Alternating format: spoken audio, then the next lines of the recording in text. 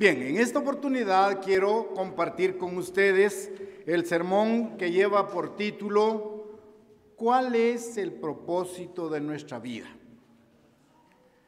Es necesario que nosotros nos cuestionemos muy a menudo sobre ello. ¿Cuál es el propósito de nuestra vida? ¿Se han puesto a pensar? Tal vez la pregunta para otros sea, ¿por qué? ¿Por qué Dios me creó? ¿Por qué Dios me dio vida? ¿Hay alguna razón? Bueno, pretendo explicar que Dios nos creó a su imagen. A imagen de Dios nos creó por una sencilla pero grande razón. Porque quiere tener hijos que vivan con Él para siempre. Ese es ¿cuál es el propósito de nuestra vida? ¿Por qué nos creó Dios? Capten desde el principio. Dios nos creó a su imagen con el propósito de tener hijos para vivir con ellos toda la vida. No hay límite de tiempo. Esa es la razón por la cual usted tiene vida, por la cual hemos sido creados. ¿De acuerdo? Dios nos creó con la idea, con la intención de que seamos sus hijos para vivir con Él eternamente. Vean qué potencial trascendental tenemos. Muchas cosas pueden desanimarnos en la vida. Todos tenemos una experiencia a la cual le llamamos vida. Y en ese entorno muchas cosas, muchos actos, muchas circunstancias nos pueden desanimar. Menciono unas: nuestras pruebas, nuestras dificultades que se interponen en nuestra vida.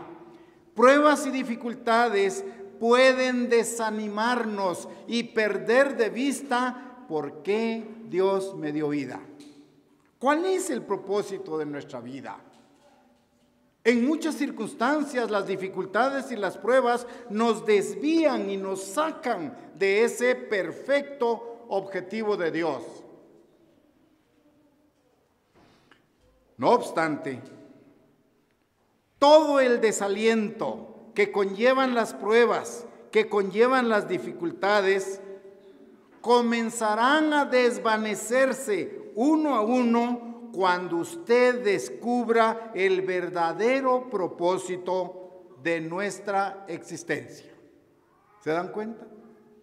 Las pruebas llegan y son duras. Las dificultades también son difíciles y es posible que nos desanimen. Pero no debe ser así.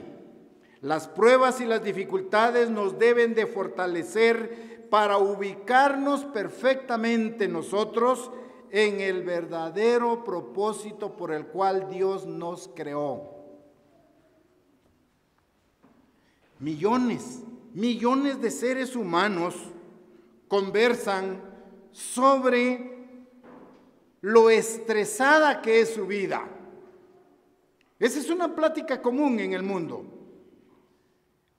Vivo muy estresado, muy estresada. Esa situación del estrés que se siente a raíz de los acontecimientos mundiales, todo esto se ve agravado por varios factores, entre ellos la gran velocidad de la información.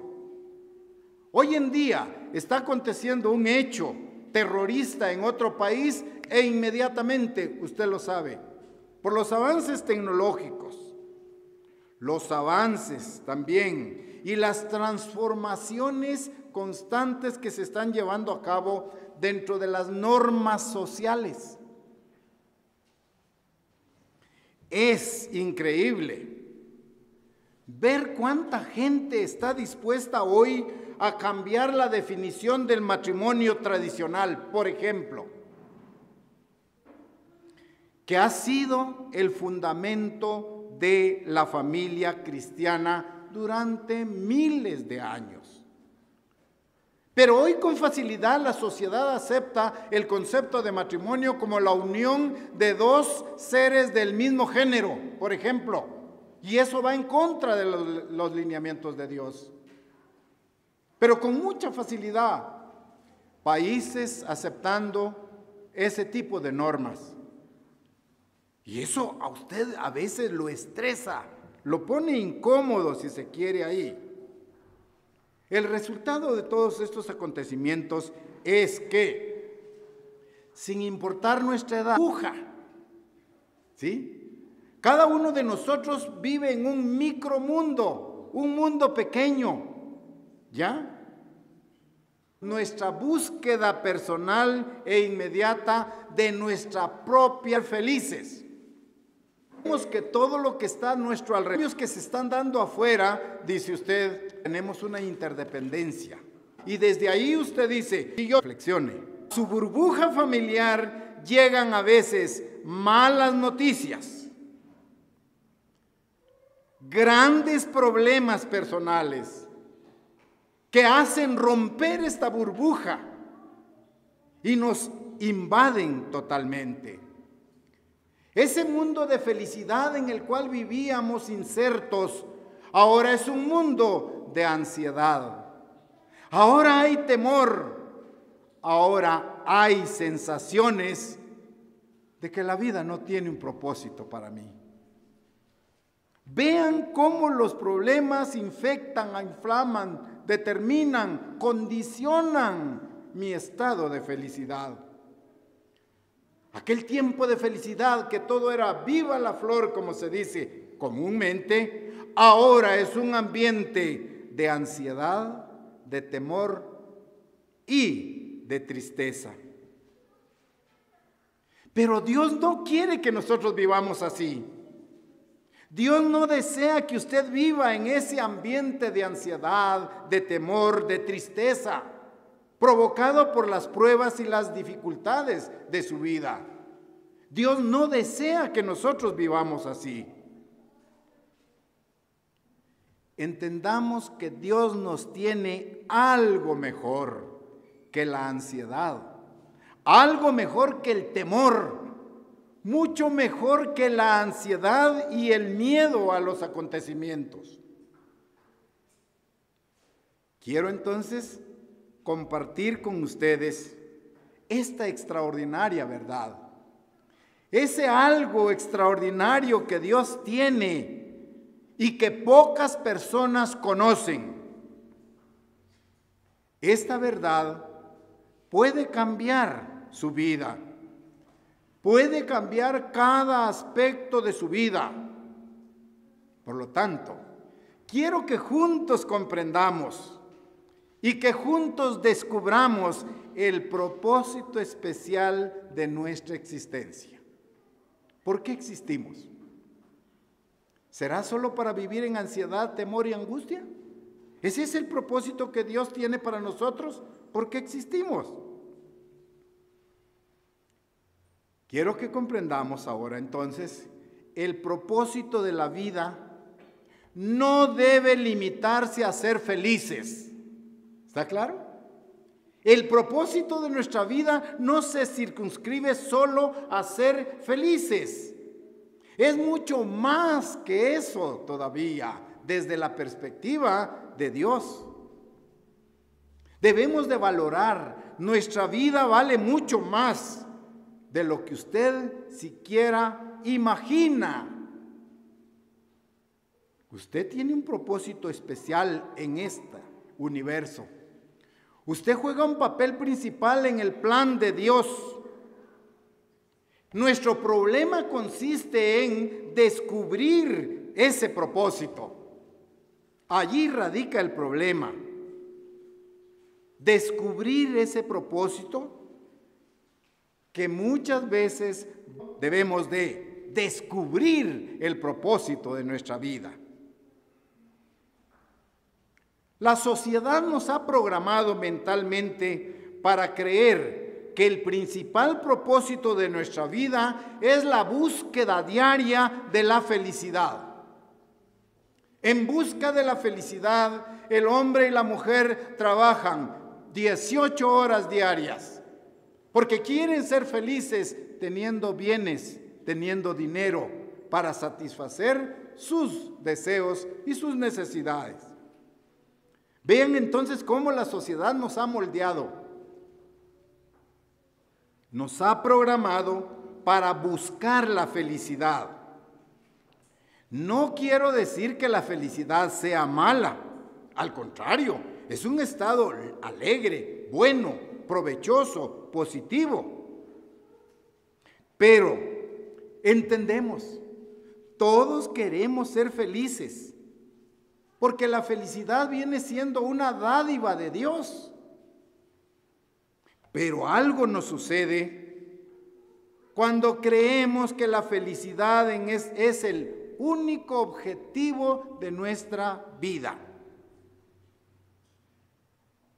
Les pongo un ejemplo. Esa felicidad puede ser alterada por lo siguiente, Cuando usted enfrenta un problema laboral,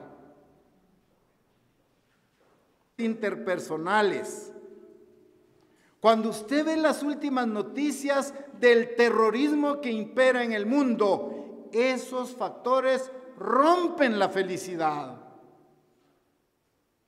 ¿Sí? Ya no existe la felicidad. Si usted ha perdido el trabajo, si usted ahora está con una enfermedad letal, desaparece la felicidad. Si nos involucramos en las noticias internacionales y captamos los actos terroristas, con esos aspectos, los efímeros sentimientos de felicidad desaparecen. La felicidad huye de nosotros.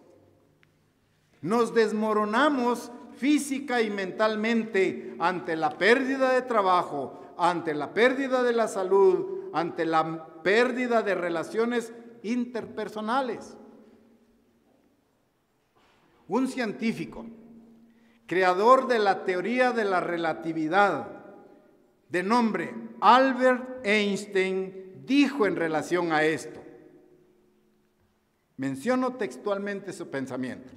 Albert Einstein dijo: una vida enfocada únicamente en la satisfacción de los deseos personales, tarde o temprano se acaba en un amargo desengaño. Vean las palabras de Albert Einstein, se las repito. Una vida enfocada únicamente en la satisfacción de los deseos personales, tarde o temprano acaban en un amargo desengaño. Vean qué sabias las palabras. Pongo un ejemplo. ¿Qué sucede con aquella burbuja del joven?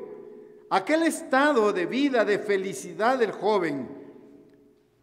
¿Qué sucede cuando aquella burbuja de felicidad del adolescente se rompe, producto de que su novio o su novia terminó las relaciones con usted? ¿Qué pasa ahora?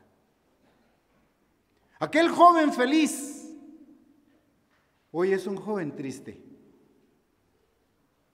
Hoy es un joven desanimado. Y esto a veces lo induce a expresar acciones de rebeldía.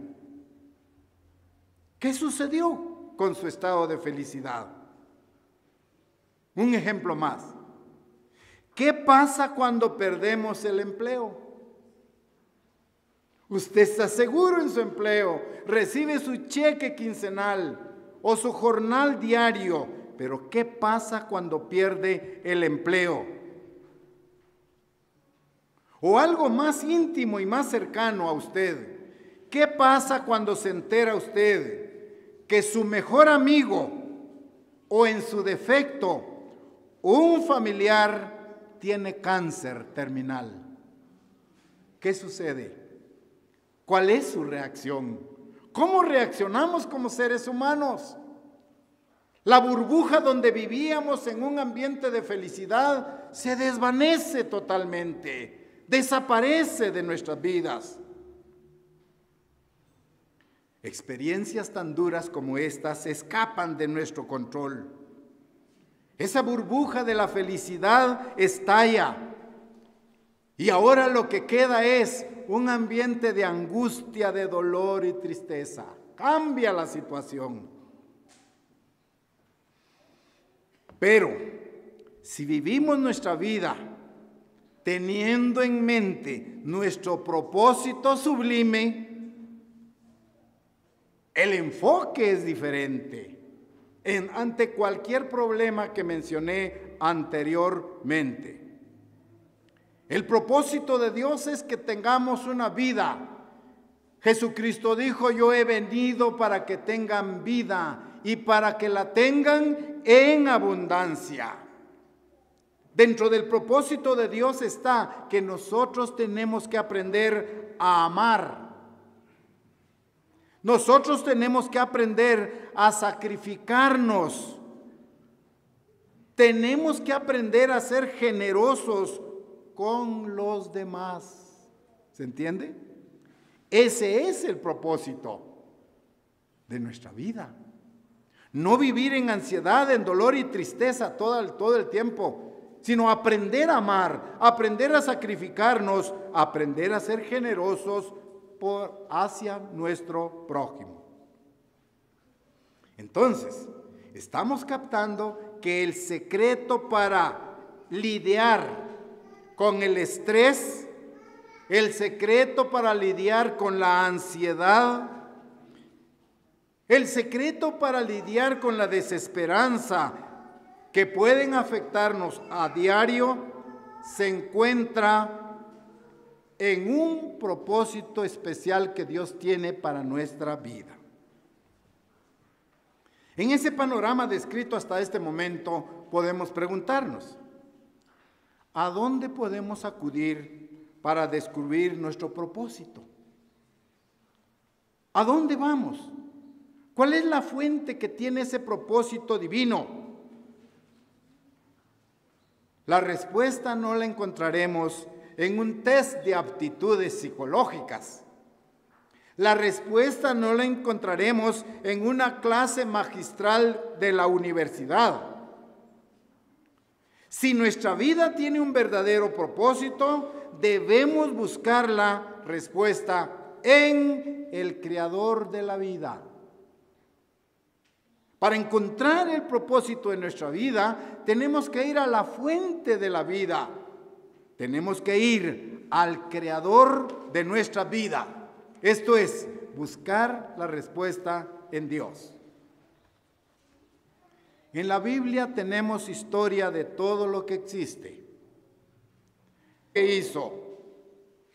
La Biblia contiene el deseo de Dios de tener muchos hijos espirituales. Eso es lo que encontramos en la Biblia. Allí Dios dice: quiero tener hijos para que vivan conmigo por toda la eternidad. Pero vean ustedes que existe una fuerza antagónica, la sociedad impulsada por Satanás. ¿Qué hace la sociedad?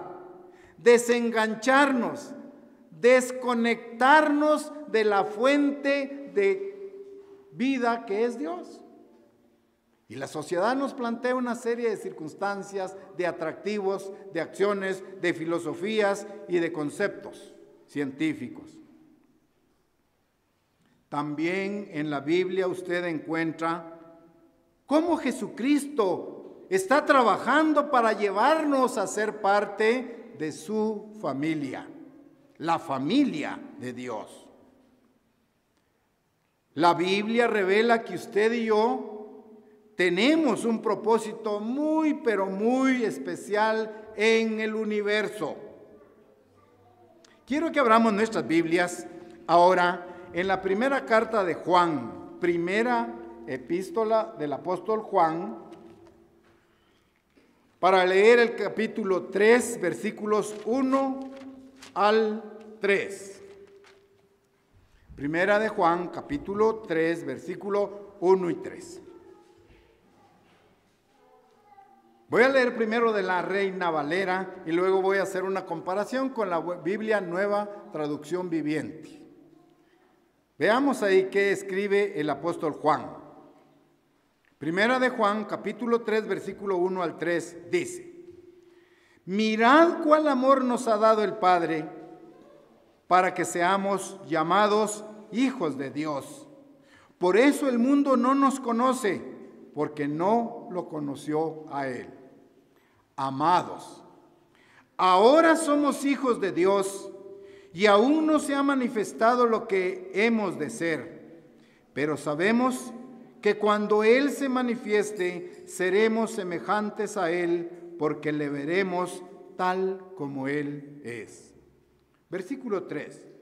Y todo aquel que tiene esta esperanza en Él, se purifica a sí mismo, así como Él es puro. Vean ahora entonces, vamos en busca del propósito de nuestra vida.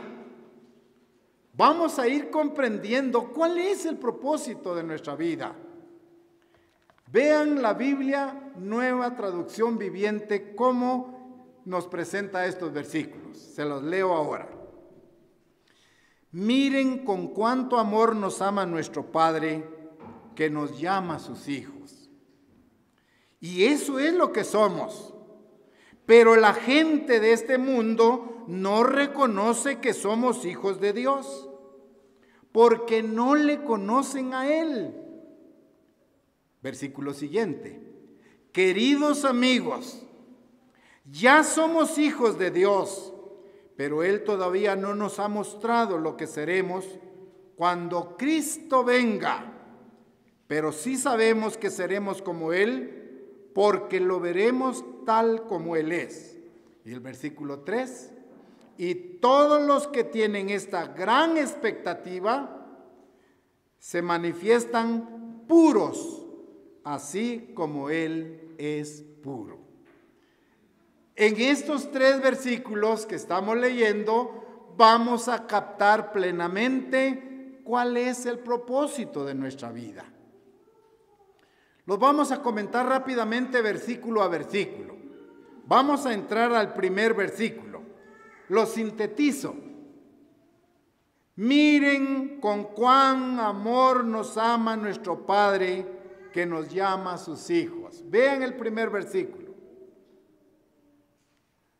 Miren con cuánto amor nos ama nuestro Padre. Comento ahora de este versículo. Dios nos ha creado con una razón, ¿sí? Dios nos dio libre albedrío, todos. El problema está en que con el libre albedrío usted llega a tomar malas decisiones. Usando el libre albedrío, usted toma malas decisiones. Y es así como nosotros vivimos en un mundo donde miles y miles de personas toman constantemente malas decisiones, decisiones erróneas que nos conducen al fracaso. Entonces, ¿cuál es la manera para salir de ellas? La única forma es volvernos a nuestro Creador, descubriendo el propósito por el cual hemos sido dotados de vida, convertirnos en sus hijos. Ese es el propósito que Dios tiene. Cuando me dio vida, en la mente de Dios dijo, le voy a dar vida con el propósito que Él llegue a ser mi hijo o mi hija. El versículo 2 dice, sintéticamente también, lo estamos comentando. Estamos en Primera de Juan 3, 1 al 3. Ese segundo versículo dice, queridos amigos, ya somos hijos de Dios, pero Él todavía no nos ha mostrado lo que seremos cuando Cristo venga, pero sí sabemos que seremos como Él porque lo veremos tal como Él es. Estoy en el versículo 2 comentando. En Génesis se afirma, todos conocemos ese versículo. En Génesis se afirma que todos los seres humanos fuimos creados a imagen y semejanza de Dios. ¿Ya? Juan escribió que quienes respondan a este llamado de Dios reciben una oferta para el futuro. Dios nos está dando una oferta para el futuro. ¿Cuál es esa oferta? Seremos hijos de Dios y seremos tal como Dios porque lo veremos tal como Él es. Vean lo que se nos ofrece. Ser hijos de Dios, tener el mismo carácter, la misma naturaleza, el mismo rango espiritual que Dios. Y ese es un ofrecimiento que Dios nos hace sobre nuestro futuro. Es lógico, aún no comprendemos cómo seremos en el futuro. Ese futuro prometido, por una razón, nuestra mente física y humana no trasciende al nivel espiritual. No captamos en su totalidad cómo llegaremos a ser. Ya. Pero vean el propósito de Dios. Dios quiere que todos seamos semejantes a Dios. Valoren, cuantifiquen esto. El propósito de su vida es, Dios quiere hacer de usted un hijo espiritual, tal como Él es. Piensen en Dios. Tiene poder, inmenso poder, pues sus hijos seremos igual que Dios. ¿Tiene sabiduría Dios? Inmensa sabiduría.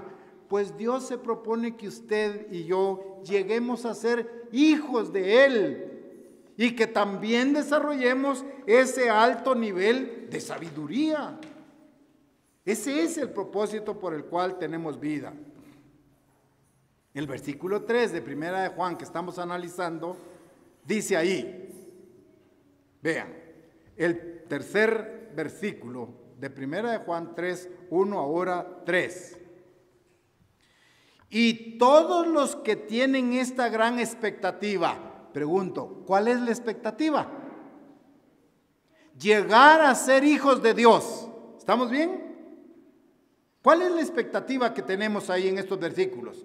Llegar a ser hijos de Dios. Muy bien, ahora vuelvo a leer el versículo 3 de la Nueva Traducción Viviente.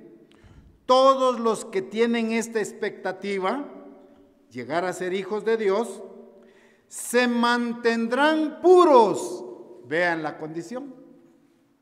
Si tenemos la expectativa de llegar a ser hijos de Dios, tenemos que mantenernos puros. Estoy leyendo el versículo 3. Así como Él es puro. ¿Se dan cuenta? La expectativa, la oferta que Dios nos da hacia el futuro es, Dios quiere que usted y yo seamos hijos de Él. Que seamos inmortales, que seamos divinos. Pero ¿cómo es Dios? Poderoso, sabio, puro. Mis pensamientos tienen que ser puros, porque Dios es puro. Termina el versículo 3. Esto significa entonces que para cumplir con el propósito de Dios, usted tiene que hacer algo. Yo tengo que hacer algo. Para cumplir, repito, con el propósito que Dios tiene para mí, yo adquiero una responsabilidad. Tengo que hacer algo. Entiendo que Dios creó a los seres humanos a su propia imagen.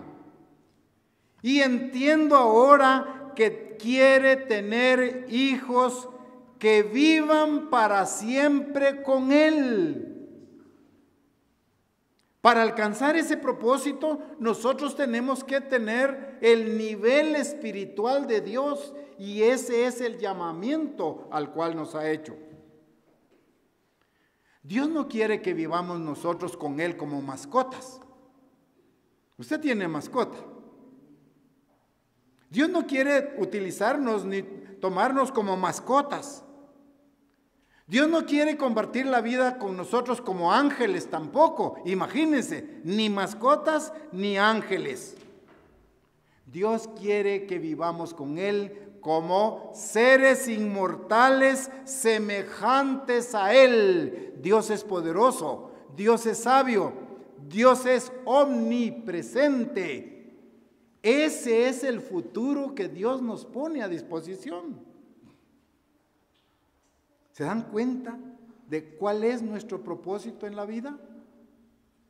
Eso es lo importante allí.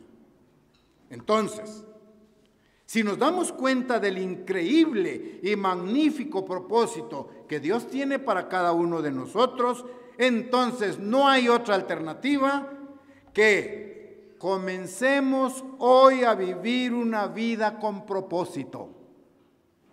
No vivir por vivir. No vivir sin un norte. Comencemos hoy a vivir una vida con propósito. ¿Qué hemos leído? El apóstol Juan dice, ya somos hijos de Dios. Ahora bien, ¿qué significa eso? ¿Qué entiende usted de esta afirmación del apóstol Juan? Cuando dice, ya somos hijos de Dios. ¿Qué entiende usted por ello? Debemos entender que Dios nos está ofreciendo un futuro. Dios nos está ofreciendo una vida plena, una vida significativa desde ahora hacia el futuro. Esa vida abundante tiene que ser ahora también una realidad, no solo en el futuro. Hoy tenemos que vivir una vida abundante, alcanzando el propósito que Dios tiene al darnos vida. En otras palabras, Dios desea tener una relación personal y estrecha con usted. Su amigo o su amiga, y pasa 5 minutos hablando, 10 minutos o 1 hora. Dios desea tener esa relación personal también con usted. El significado supremo de esta vida consiste entonces en desarrollar una relación permanente con Dios el Padre y con Jesucristo. Una relación interpersonal, porque somos hijos de Él. Lamentablemente, esa relación no se establece. ¿Qué es lo que usted escucha en las prédicas populares de las iglesias tradicionales? ¿Qué es lo que le ofrecen a usted desde el púlpito muchos predicadores? Allí le ofrecen un evangelio de la prosperidad. ¿Quiere usted ser próspero? Aporte para la iglesia y Dios le va a dar bendiciones. Es un mensaje desvirtuado. El evangelio de la prosperidad. ¿Qué es lo que usted escucha? ¿Qué predican las iglesias tradicionales? Hablan de una gracia barata. Hablan, Jesús te ama tal como tú eres, perverso, pícaro, mentiroso, ladrón, así te ama. Pero ese mensaje no motiva a la gente a cambiar. Jesús me ama por mentiroso, sí, pero para que ya no siga siendo mentiroso, para que cambie. Pero eso es lo que usted escucha ahí, lamentablemente. Quiero que leamos ahora en Jeremías, profeta Jeremías, capítulo 29. Jeremías, capítulo 29, versículo 12 y 13. Jeremías, capítulo 29, versículos 12 y 13. 12 y 13. Dice, vean, entonces me invocaréis y vendréis y oraréis a mí y yo os oiré. Vean qué afirmación. Si estamos en una perfecta relación con Dios, entonces me invocaréis y vendréis y oraréis a mí y yo os oiré. Vean la certeza de escuchar nuestras oraciones. Versículo 13. Y me buscaréis y me hallaréis, porque me buscaréis de todo vuestro corazón. Vean las claves. Dios va a responder nuestras oraciones, nuestras invocaciones, si lo buscamos de todo corazón. Eso es lo que se quiere, ya. Importante entonces entenderlo. ¿Qué debemos hacer? Debemos dejar de buscar nuestros propios intereses, mis intereses. Debo de dejar de buscar mi propia felicidad, mis intereses, porque estos son egoístas.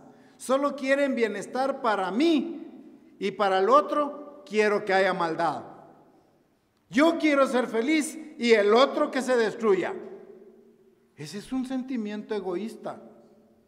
Debemos de dejar de buscar nuestros propios intereses y, por el contrario, salir de nuestro ambiente familiar, la burbuja, y buscar el propósito de Dios con todo nuestro corazón. O sea, ¿qué es lo que Dios pretende conmigo? ¿Qué ha planificado hacer Dios de mí? Entiendo que Dios dice que yo quiero, o Él quiere que yo sea su hijo. Entonces voy a buscar el propósito de Dios. ¿Ya? Ahora bien, el auténtico cristianismo no es un sentimiento egoísta. El auténtico cristianismo no es una actitud tibia en la iglesia. El auténtico cristiano debe de ser restaurado por Dios y debe buscar el propósito que Dios tiene para cada uno de nosotros con un corazón sincero, con un corazón puro allí. Vamos ahora a Lucas capítulo 14. Evangelio de Lucas capítulo 14, versículo 33. Lucas 14, 33. Vean la instrucción que tenemos. Lucas 14, 33 dice: así pues, cualquiera de vosotros que no renuncia a todo lo que posee, no puede ser mi discípulo. Comprendamos esto. Esa es la instrucción. Así pues, cualquiera de vosotros que no renuncia a todo lo que posee, no puede ser mi discípulo. ¿Qué indica esto? ¿Qué quiere esta instrucción? ¿Qué desea Dios? Que usted renuncie a todo lo que tiene. Ahora haga un inventario. ¿Qué tengo? ¿Qué tengo? ¿Qué tenemos? ¿Qué nos pide Dios? Que renunciemos a lo que tenemos. Mis propios propósitos, mis propios planes, mis propios programas de vida, mis propios estilos de vida. ¿Qué dice ahí? Que cualquiera debe renunciar a todo lo que posee. ¿Se dan cuenta lo que implica seguir a Cristo? dejar todo lo que se posee. Lógicamente, usted va a decir, bueno, entonces voy a dejar mi casa, me voy a ir a vivir al monte, a la cueva. No, no es eso. Va mucho más el mensaje. Deje sus prejuicios, deje sus malas actitudes, deje sus malas conductas, deje sus malas acciones, deje todo lo que tiene de malo. Porque si no lo hacemos, no podremos ser discípulos de Cristo. ¿Se dan cuenta? Es impresionante la instrucción de Dios. Cualquiera de vosotros, habla en plural a la iglesia, que no renuncia a todo lo que posee, no puede ser mi discípulo. Esa es la condición para encontrar el verdadero propósito de Dios. Entonces, ¿cuál es el propósito de Dios en su vida? Que usted llegue a ser hijo de Dios. Que usted llegue a vivir por la eternidad con Dios y con Jesucristo. Ese es el gran propósito de Dios. Pero ahora nos pide que dejemos todo lo que tenemos. Y se refiere a nuestros hábitos, a nuestras conductas, ¿sí?, negativas, que van en contra de los principios de Dios. Dejen todo lo que poseen de malo y síganme como discípulos. Esto exige practicar un verdadero cristianismo. Esto pide cambiar nuestro estilo de vida egocéntrico. Evalúese. ¿Cómo utilizamos nosotros este adjetivo posesivo? Mi, mío, mi, mío, mi, mío. Mi carro, mi casa, mi ropa, mi sueldo, mi comida, mis frijoles, mi, porque tenemos una actitud egoísta. Difícilmente decimos nuestro sueldo, nuestra casa, nuestra ropa, nuestra comida. No, la tendencia es mi comida, mi ropa, mi carro. Vean cómo tenemos una actitud egocéntrica. Ser verdadero cristiano entonces implica dejar esto, ¿ya? Ser transformados y restaurados buscando el propósito original de Dios. ¿Qué quiere Dios de usted? ¿Lo quiere tratar como hijo o como hija? Dios quiere que usted sea parte de su familia. Que seamos hijos de Dios y estamos siendo guiados en ese camino. Cuando usted acepta el propósito de Dios verdaderamente, entonces dice, yo comprendo que Dios es mi Padre. Fíjese bien, el propósito de Dios es traer muchos hijos a su gloria. El propósito de Dios es que usted llegue a ser hijo de Dios en el reino de Dios. Entonces ahora tengo que asimilar un concepto. Tengo que comprender que Dios es mi Padre. Así. Dios es mi Padre. ¿Lo captamos a plenitud? Si Dios es mi Padre, quiere decir que yo debo reflejar las características de Dios, ¿sí o no? Vean la ley física. El padre engendra a un hijo, lo engendra y el hijo representa características del padre. Y usted comúnmente dice, ¿cómo se parece a su papá? Toda la cara de su papá sacó. Correcto, porque hubo genes, porque hay leyes de la herencia que se transmiten de padres a hijos. Ahora, un momento. ¿Dios es nuestro Padre? Sí. Pregunto, ¿tenemos las características de Dios? Ahí está lo conflictivo. El padre físico transmite a su hijo genes, rasgos característicos. El pelo liso, igual a su papá. El pelo crespo, igual a su papá o a su mamá. ¿Me entienden? Hay leyes de la herencia. Ahora bien, estoy aceptando, Dios es mi Padre. Muy bien. Ahora, ¿qué características de Dios estoy yo reflejando? Ahí viene lo duro. Dios es compasivo. Dios es misericordioso. Dios es un Dios de amor.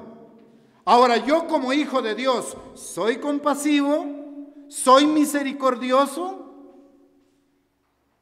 Esas son las preguntas que tenemos que respondernos. Vean solo el rol, Dios Padre. Estamos evaluando esto. A muchas personas les es difícil comprender el concepto padre porque no han tenido un padre. No han conocido a su padre. Y miles de mujeres solteras que por malas decisiones, ¡pum!, resultan embarazadas, dan a luz al niño y el niño no conoce a su padre. Ahí no funciona. Dios es mi padre. Si yo no tengo un padre físico, ¿qué características estoy reflejando yo si no conozco a mi padre? Reflexiona la niña o el niño. Excelente, entonces en la reflexión ahí. Vamos a Hebreos capítulo 2. Hebreos capítulo 2, versículos 14 y 15 ahora. Hebreos 2, 14 y 15. Vean cómo Dios explica la relación padre e hijo desde su punto de vista. La relación de la familia. Hebreos 2, 14 y 15. Vean. Así que, por cuanto los hijos participaron de carne y sangre, Él también participó de lo mismo, para destruir por medio de la muerte al que tenía el imperio de la muerte, esto es, al diablo. 15. Y librar a todos los que por el temor de la muerte estaban durante toda la vida sujetos a servidumbre. Ahí estamos entendiendo entonces la relación padre-hijo. Ahora bien, ahí dice, debido a que los hijos de Dios son seres humanos, nosotros tenemos una naturaleza humana, entonces Jesucristo como el Hijo de Dios se hizo carne y sangre. ¿Para qué? Para vencer a la muerte, que es el objetivo número 1 ahí. Es una relación de familia de Dios, como se explica ahí en este versículo.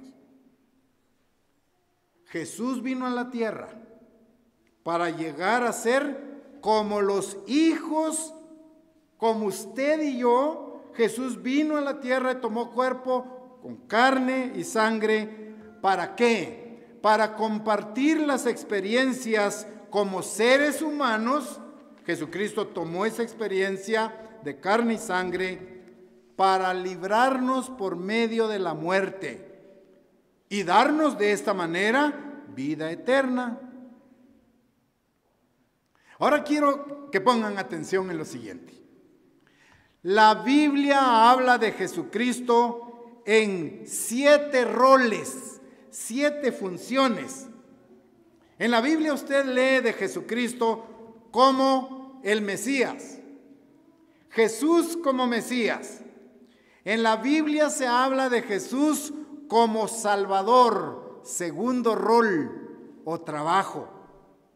En la Biblia se habla de Jesús como nuestro Señor, tercer rol.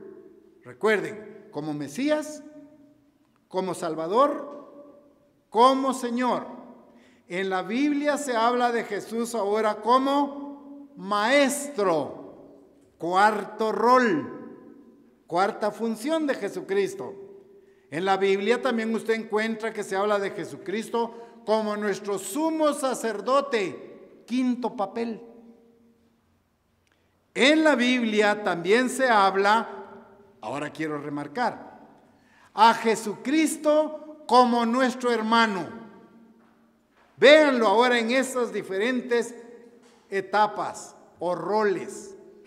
Jesús es el Mesías, Jesús es el Salvador, Jesús es el Señor, Jesús es el Maestro, Jesús es el sumo sacerdote, pero Jesucristo también es mi hermano. ¿Se entiende?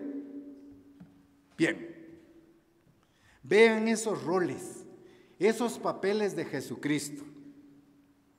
Ahora bien, ¿le parece a usted que Dios es demasiado grande, grandísimo y perfecto, que no escucha mis oraciones?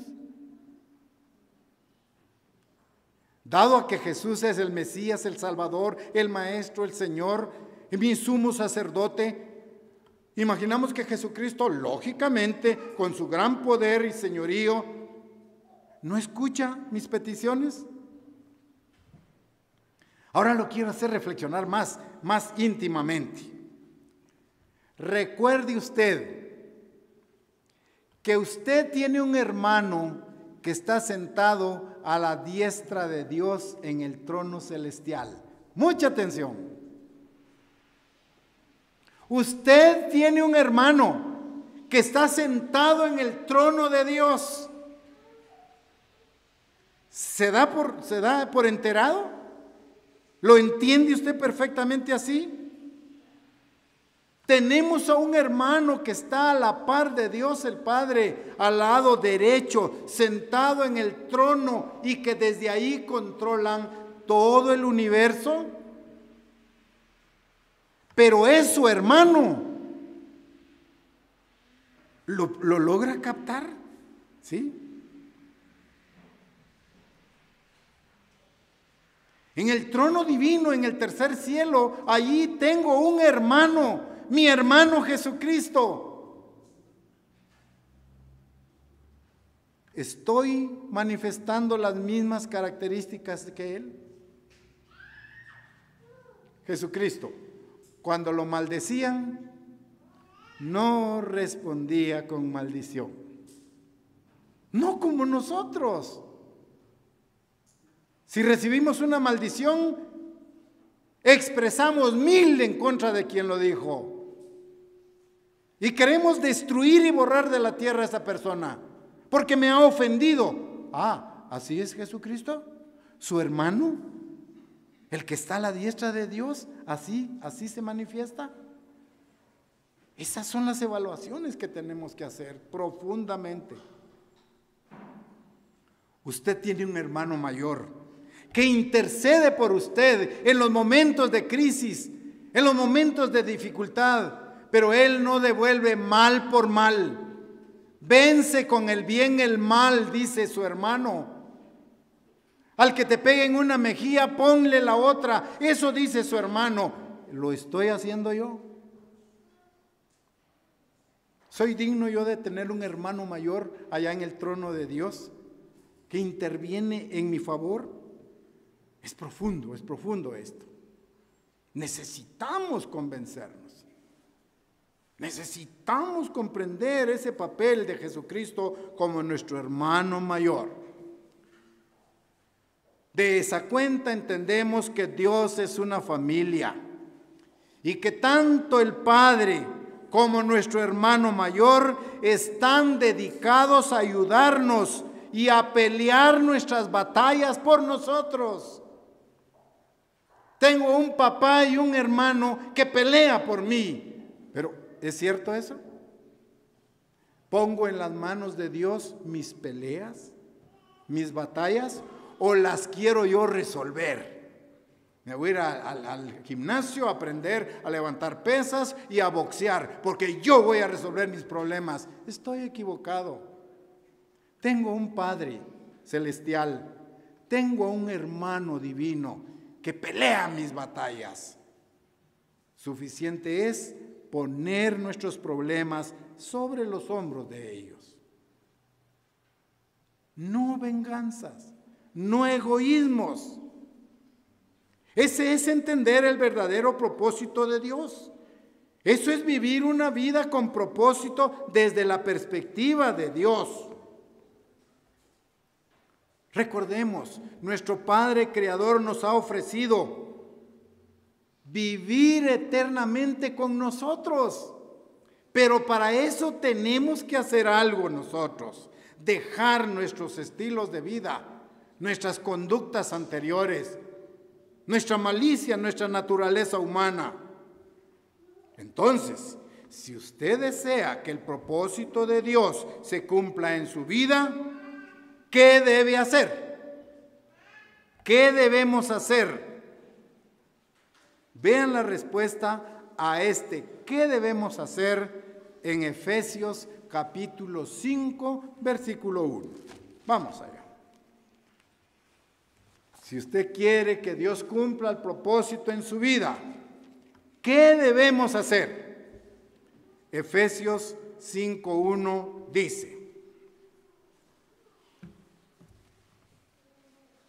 Efesios 5:1. Sed pues imitadores de mí como hijos amados. ¿Qué debemos hacer?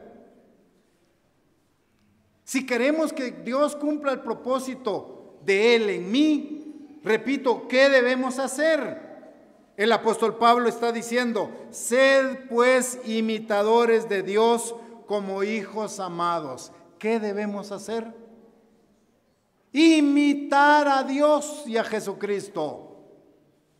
Eso es lo que tenemos que hacer. Este no es un cristianismo convencional. Este no es un evangelio de la prosperidad. Este no es una gracia barata. ¿Qué debemos hacer? Cambiar nuestro estilo de vida.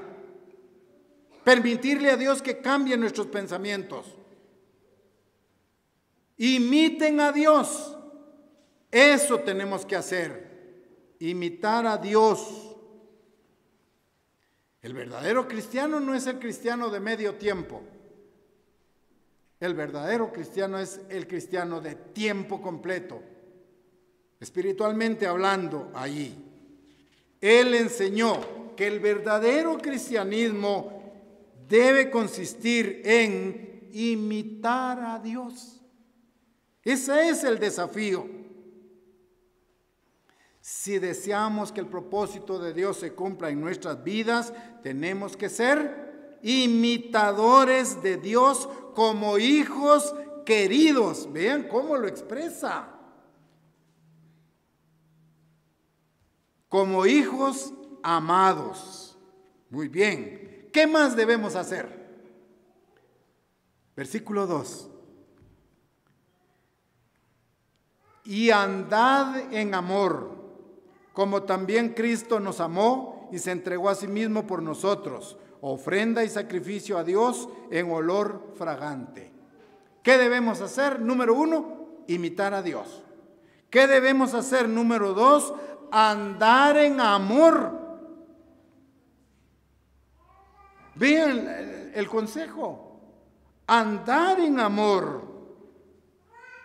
La Biblia, la Nueva Traducción Viviente,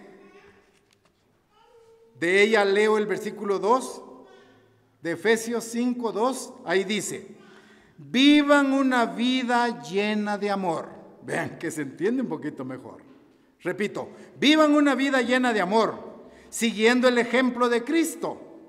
Él nos amó y se ofreció a sí mismo como sacrificio por nosotros, como aroma agradable. ¿Qué debemos hacer? Número 1, imitar a Dios. Número 2, andar en amor, imitando el ejemplo de Dios el Padre y de Jesucristo. ¿Qué más debemos hacer? Versículo 3 al 5 de Efesios. Pero fornicación y toda inmundicia o avaricia ni aun se nombre entre vosotros como conviene a santos. Ni palabras deshonestas, ni necedades, ni truanerías que no convienen, sino antes bien acciones de gracias. ¿Qué debemos hacer?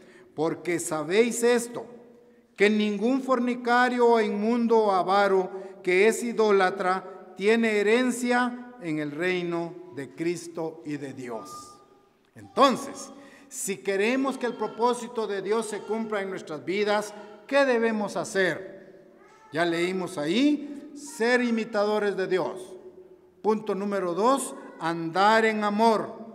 Punto número 3, evitar toda clase de pecado. ¿Sí? Porque esto es lo que conviene. La traducción viviente menciona lo siguiente: que no haya inmoralidad sexual, que no haya impureza ni avaricia entre ustedes. Tales pecados no tienen lugar en el pueblo de Dios. Vean qué enfática esta traducción. Tales pecados no tienen lugar en el pueblo de Dios. Continúo leyendo los versículos 3 al 5 de la Nueva Traducción Viviente. Oigan, los cuentos obscenos, las conversaciones necias y los chistes groseros no son para ustedes. Entendámoslo, por favor. ¿En qué lenguaje más queremos? Los chistes groseros no son para ustedes. En cambio, que haya una actitud de agradecimiento a Dios. Pueden estar seguros de que ninguna persona inmoral, impura o avara heredará el reino de Cristo y de Dios, pues el avaro es un idólatra que no adora las cosas de este mundo. ¿Qué debemos hacer? Si queremos que el propósito de Dios se cumpla en nuestra vida, imitemos a Dios. Andemos en amor. No permitamos que estos pecados sexuales, avaricia, etcétera, reinen en nosotros. Palabras deshonestas no tienen que salir de nosotros. Chistes, dice ahí, desagradables, no tienen que ser parte del pueblo de Dios. Eso es lo común de la gente, de la sociedad. Malas palabras, malas expresiones, se gozan diciéndolas. Como que tuvieran un plus de vida o pertenecieran a lo más alto de la sociedad. Las mujeres y los hombres perversos de boca. ¿Pero qué dice ahí Dios? No deben ser parte de los hábitos del pueblo de Dios.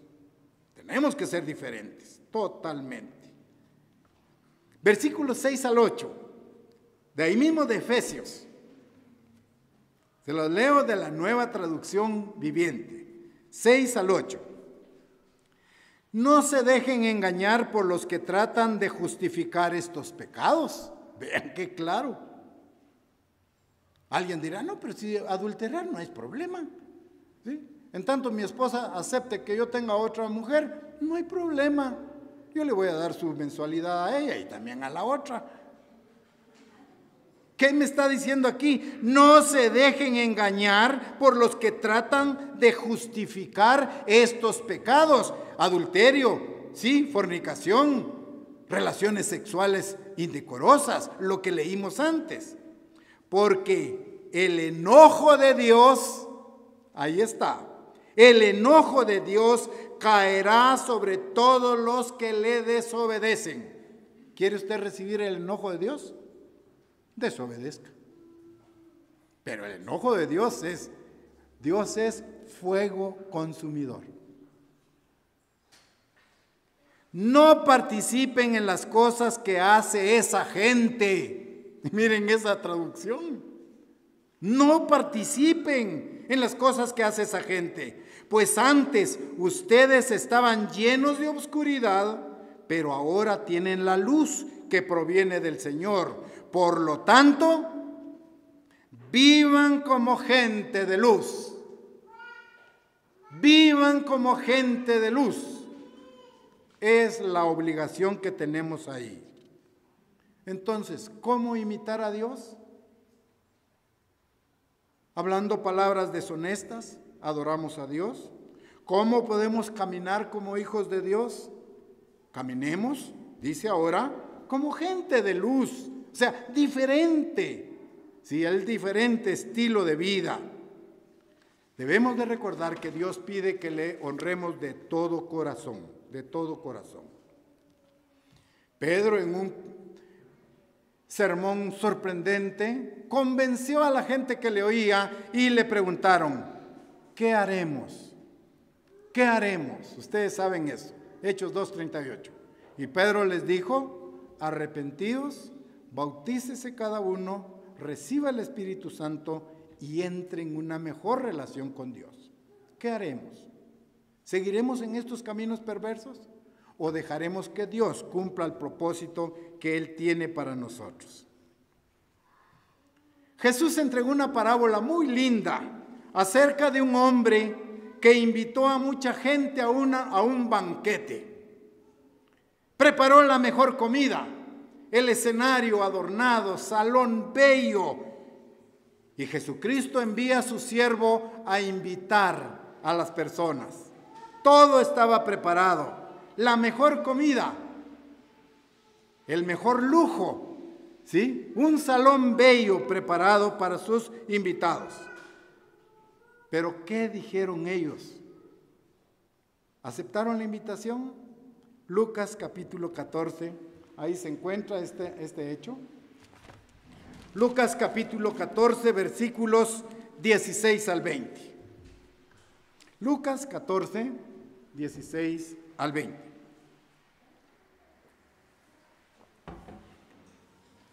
Leo de la versión Reina Valera. Lucas 14, versículos 16 al 20. Entonces Jesús le dijo, un hombre hizo una gran cena y convidó a muchos. Y a la hora de la cena envió a su siervo a decir a los convidados, venid, que ya todo está preparado. Todos a una comenzaron a excusarse.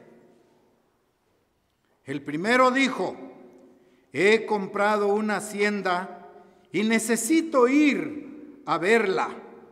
Te ruego que me excuses. Vamos con el siguiente. Otro dijo, he comprado 5 yuntas de bueyes y voy a probarlos. Te ruego que me excuses. Y un tercero dijo, acabo de casarme y por tanto no puedo ir. Vean las 3 excusas. Versículo 21. Vuelto el siervo hizo saber estas cosas a su señor.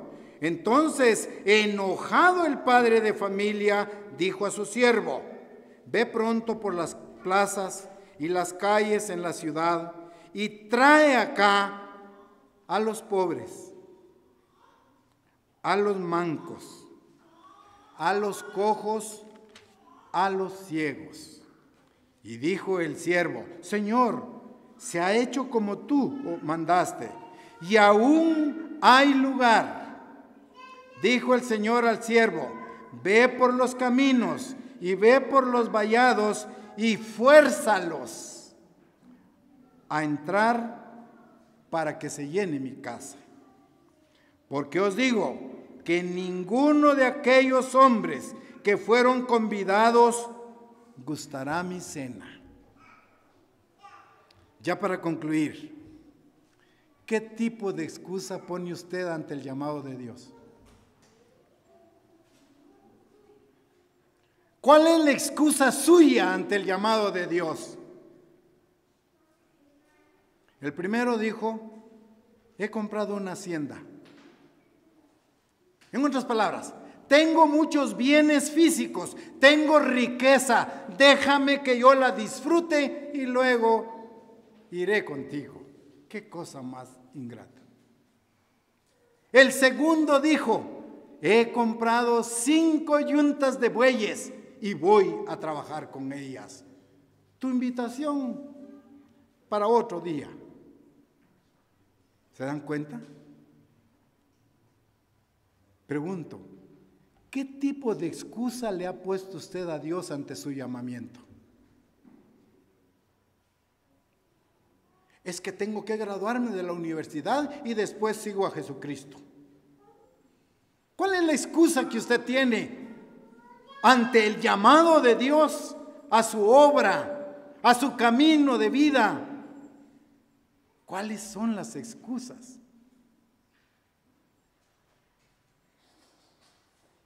Es para reflexionar. Entonces, vean, Dios está llamándonos. Dios dice, nos está implorando, nos está suplicando: venid a mí todos los que estéis cargados y trabajados. Y nos ofrece: yo os haré descansar. ¿Pero qué decimos ante ese llamamiento? No, he comprado 5 yuntas de bueyes. Tengo mi casa, tengo mis posesiones, tengo mi negocio, tengo mi familia, que es lo más importante que Dios. Totalmente errados. Mi hijo, mi hija, mi nieto, mi nieta, más importante que Dios, está en un craso error. ¿Cuál es la excusa suya para no aceptar esa invitación? ¿Su trabajo? ¿Su esposo? ¿Su esposa? ¿Sus hijos? ¿La sociedad? ¿Sus amigos? ¿Sus bienes? ¿Sus posesiones? ¿Qué excusa pone usted delante de Dios? He comprado una hacienda, 5 yuntas de bueyes, es que me acabo de casar y tengo que disfrutar mi luna de miel. Esa es mi prioridad antes que el llamado de Dios. Antes que indicar o caminar, surcar por estos caminos de Dios. Finalmente le pregunto, ¿aceptará usted ese regalo de Dios? ¿Cuál es el regalo? Darnos vida eterna, que lleguemos a ser sus hijos, que lleguemos a tener una vida inmortal, que vivamos con Dios por toda la eternidad. ¿Acepta usted ese regalo? ¿Acepta la invitación que Dios le está haciendo ahora? ¿O sacará su excusa para decir: he comprado una hacienda, he comprado yunta de bueyes, me acabo de casar y pospongo la invitación? Recuerden, Dios quiere darnos vida y vida abundante.